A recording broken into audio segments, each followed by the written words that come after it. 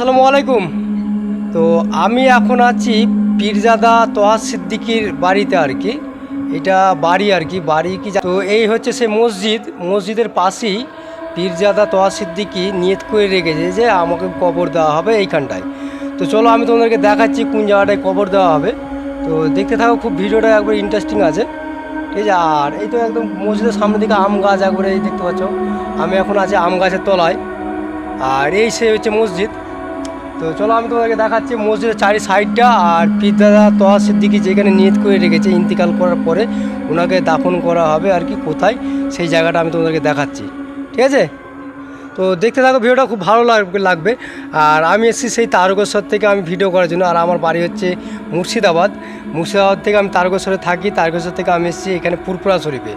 তো আমি ফুরফুরা শরীফের যে পীরজাদা তোহা সিদ্দিকীর যে বাড়ির লুকটা, সেই লুকটা আমি তোমাদেরকে দেখাচ্ছি। চলো, হ্যাঁ, খুব দেখতে থাকো ভিডিওটা, একদম প্রথম থেকে লাস্ট অবধি দেখবে, কেমন।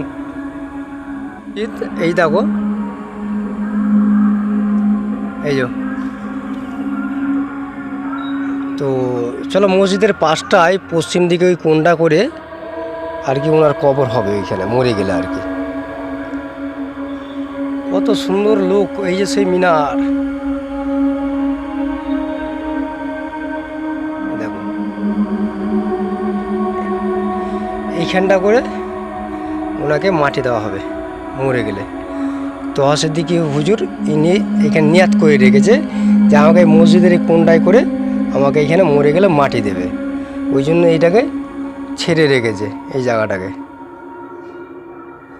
আর ওটা হচ্ছে মসজিদের মেম্বার, এই দেখতে পাচ্ছ, ওটা হচ্ছে মসজিদের মেম্বার। এই দেখো,